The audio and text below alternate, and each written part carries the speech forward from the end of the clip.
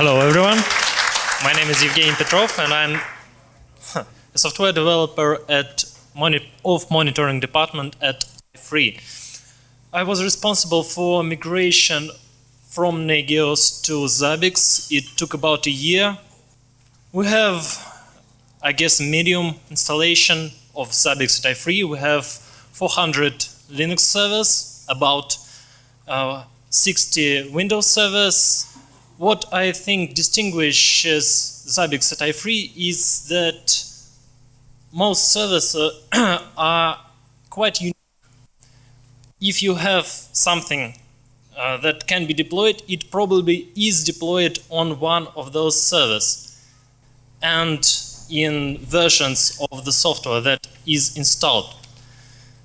And it took me quite some time to lower the number of unsupported items to 0. And I do hope to tell you about one of the things that helped me to achieve that. So imagine you have an unsupported item. Why is it not supported? How can you learn that? First thing you can do, you can actually look at the log file. And well, yeah, you probably can't learn much from that. And I hope to change that. So I've rewritten Zabbix agent in Python. And why Python? In C there is a paradigm, look before you leap. So when you open a file, you get a status like 0 or 1 or -1. And you check that this status you've gotten is what you expect it to be. If it is not, you do something about it. Probably, maybe not. In Zabby, in Python, there is another paradigm. It is simpler to ask for forgiveness than for permission. You open a file, you try to do something with this. If it fails, you get an exception. And maybe you do something with this, maybe you don't. On this particular installation, Zabbix agent is listening on the standard port 10,050 and Zabby is listening on 10,052. As you might expect, we do not use Java Gateway. Well, similar response, but what is in the log?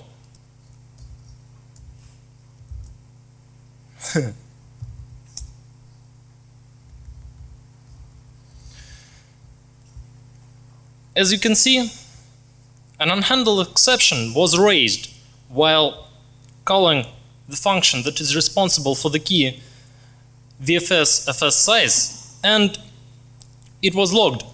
So that is something. But there is something better. Zabby loads its keys from a file, a Python file, and it associates a function with every key. So here we have a function and it is associated with VFS FS size key, and we can call it using Zabbix get, for example.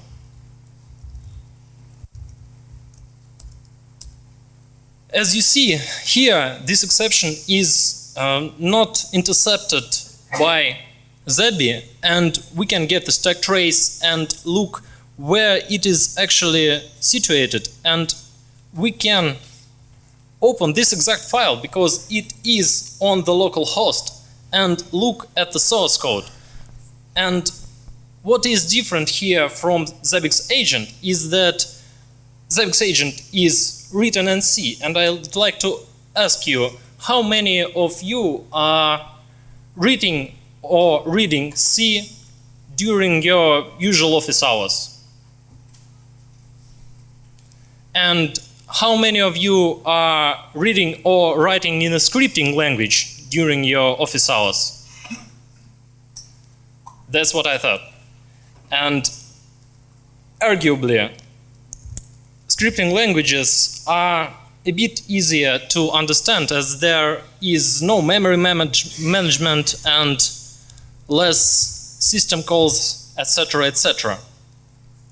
Actually, I wanted to show some other things before going to the source.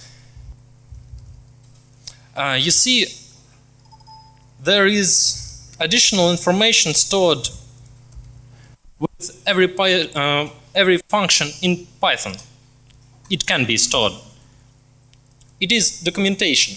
So you can actually interactively in the console get the help for every function that is used in Zabby. Here you can see what parameters this function receives and some other things, and that it uses some capability of the operating system. In this case, it is a function of a size, and we can look for the help on this function of the operating system. We can learn what information it uses to give us what things. And there is actually a binary for that.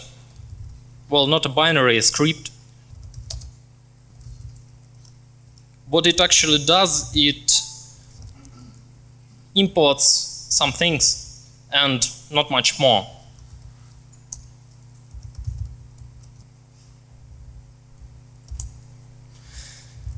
And here we have current operating, and it has this first size function. And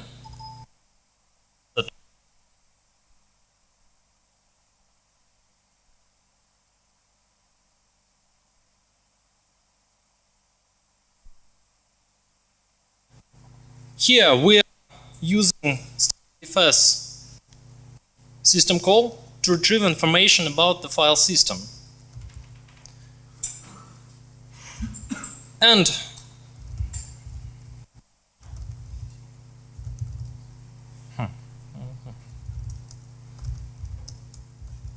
we can call that directly as well. Now, as we can see, there is an exception. We can learn more about where it is called, how it is handled, and etc. We can find a bug, maybe we won't. We can do something about this. Say we learned that in this particular case there is nothing we can do. This partition NFS for some reason inaccessible, and we actually can't change our templates for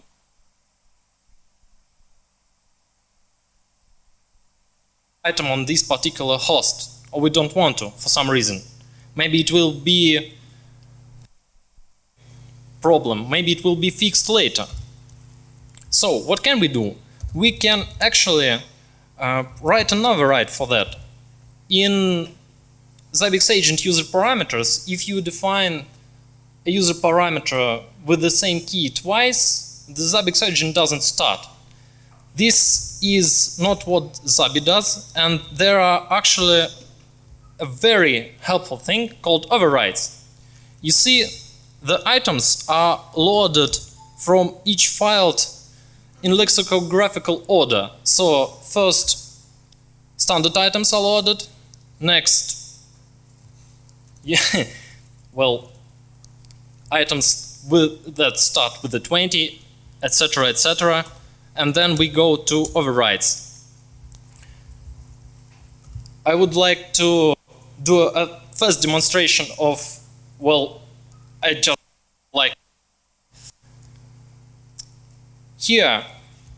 Agent ping is a lambda function that just returns 2, which is in contrast to a standard version that just returns 1. So here I have defined that this K agent ping maps to this function.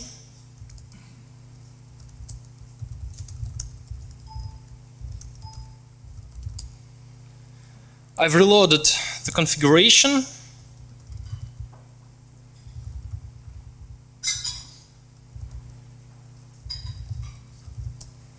And now it returns 2 instead of 1. I think this is pretty cool.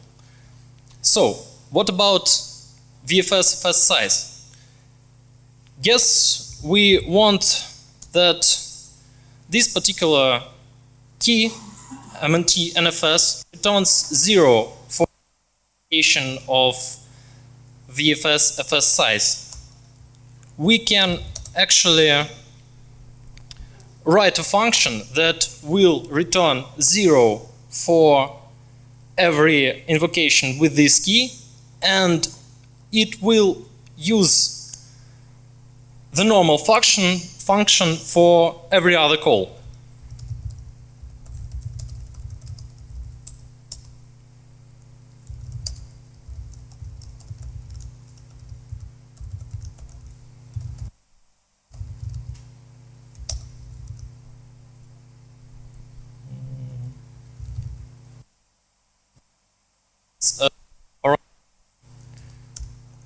In case you are wondering.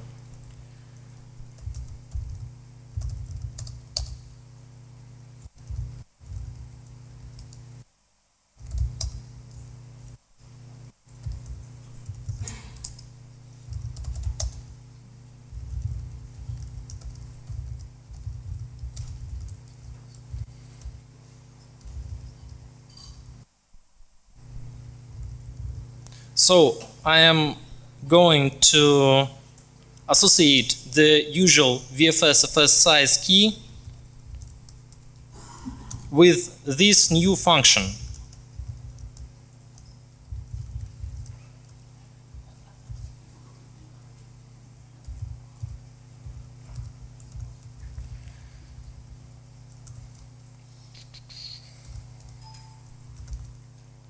Before reloading configuration, I would like to check that everything is fine. Looks fine. I can call this function with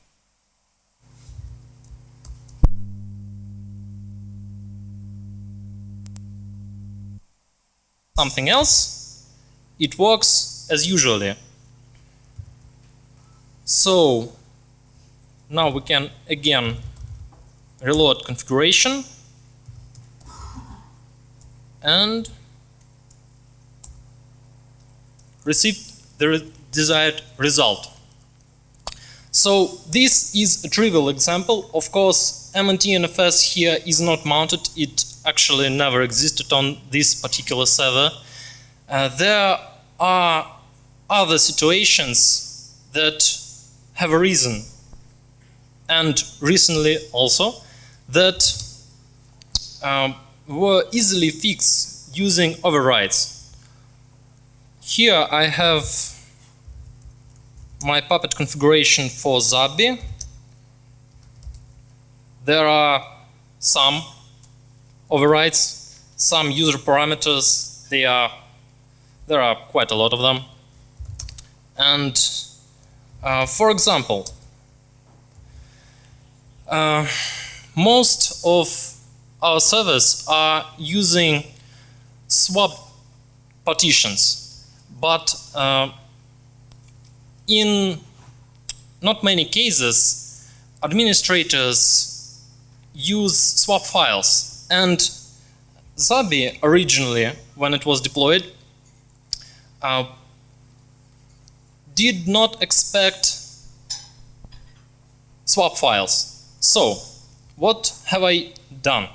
I've actually copy-pasted the original function from the Linux class that it was called swap device names, and I've added these 3 lines. So, if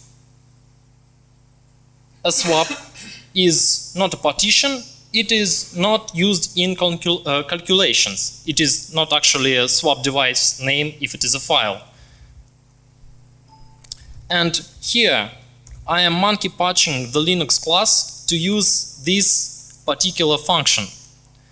And the items are required to be there because, well, they are looked for. And after adding this file to etc Zabby items and reloading configuration, the standard Linux class later used will be patched and it will be fixed. It will work. I won't have to wait for the next release. I think this is pretty cool. And this was fixed, if you are wondering. And I think that's pretty much it. Any questions? As you say, you rewrite an Zabbix agent and in Python. It's obvious that Python you have big overhead against C. What's real overhead, CPU usage, and something else in Zabby for big system? Well, Zabby does use more memory, about 10 times more. Usually, Zabbix agent consumes, what, 2 megabytes or less of memory. Zabby consumes 10, 20 megabytes. It actually depends on amount of extensions you use. And you actually can store things in memory using these extensions. This is one of the fun things with Zabby. You can actually, as those functions are called in a single process, you can store things in memory, so the memory consumption will grow. And for overheads on speed, I have not met any. Okay, and you don't use parallel asking for many items or use it? Can you repeat the question? Parallel execution for many items on one. Well, usually items are readily available and do not use any blocking operations. So most of the time, every request is handled by a single thread. But if some request takes longer to produce the result, it will hang in a separate thread, and, well, other requests will be handled by other threads. It, due to the nature of C Python, won't be completed quickly if it is CPU-intensive operation. But usually in monitoring, all operations are I/O bound, and it doesn't affect the speed of the query. A question not about speed, question about global interpreter log. If you use threads, you can kill something. About global interpreter log, if you use threads, many threads for asking many long execution items, it's a real problem. I don't really get the question. Can you rephrase that? Have you any problem with global interpreter log when you use threads? Well, in our production environment, we haven't encountered any yet. I guess if we use some CPU-intensive or some long-running queries, that may be a problem. I guess it can be handled by pre-computing results, which is we actually do now with cron. It is fun. You can, for example, if you can tolerate the latency and you do have some CPU-intensive or I/O-intensive tasks, you can put them in cron, run them every minute, store data in some TMP files, and then read them with Zabby. That works perfectly. Nothing has ever gone wrong. with that. Just another question. Does Zabby work also as active agent? No, it does not. Do you plan to implement the feature? No, it is a design feature that it does not have active agent. Okay, thank you.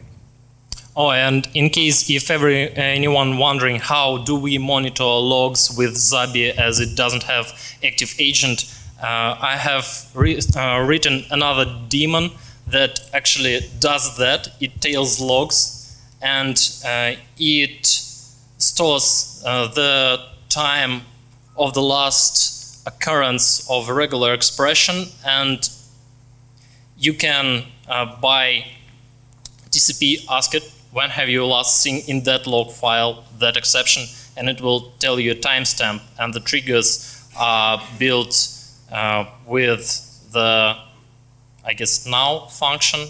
So if now minus that time exceeds some threshold, then there is a problem. I just wanted to ask on which version of standard agent you are approximately now, and are you going to develop it in parallel with how Zabbix agent is developed? Will you look what is added to standard agent and add those features, or you're not planning to do that? Well, currently I was basing Zabby on what was available in Zabbix agent 1.8.50 something, and I haven't actually done all of them as they are not very useful in my installation. What I have done is some things that were actually used and hard to implement in extents. There are some things that are ridiculously easy to implement with Python, and actually I have here netTCP port written in some, I don't know, what is this? Okay, some lines of code. If there will be any feature request for any item that is missing, I will be happy to implement them. Thank you very much, Evgeniy.